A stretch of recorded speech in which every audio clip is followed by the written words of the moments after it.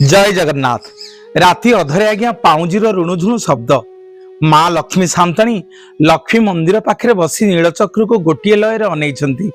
11 दिन है प्रभु को जर है नुआ नुआ बाहागर होती 108 गरा जल चतुर्धामूर्ति स्नान कले जे दैतापति माने अणसर पट्टी भितर को भिड़ी नहीं नुआ बाहागर नुआ बहुटा एपर्यंत प्रभु सागर कथबार्ता होना हठात 7 पाहाच निकटरे गोटे पाउंजीर ऋणुझुणु शब्द है।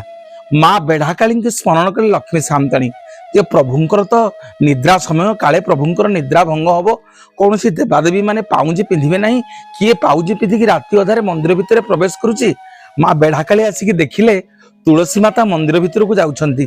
लक्ष्मी सामताणी क्रोधरे आसिक पहुंची गले तुलसी पाखे कहले तुलसी तुम गुरा बारण कराइला प्रभुंकर अणसर समय तमे मंदिर भितर को जीवनी ना। माँ सामताणी मु आसिनी मन को मन मते महापुरु खोजी मते महापुरु डाकी सेतिकी बेले पति महापात्र भितरु आसी माँ सामताणी की बेढ़ाकाली की प्रणाम कले कहले माँ जदि तुलसी माता न जीवे प्रभु भल हे किमिति जदि नैवेद्य तुलसी माता न पड़े यदि प्रभु देहरे तुलसी लगी न हे ताले प्रभु भल हेबेनी।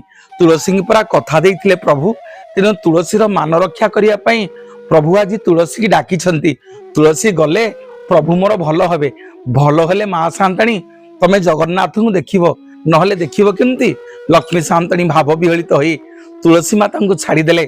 खली लगी एकादशी दिन तुलसी माँ अणसर घरे प्रवेश कले। जय जगन्नाथ।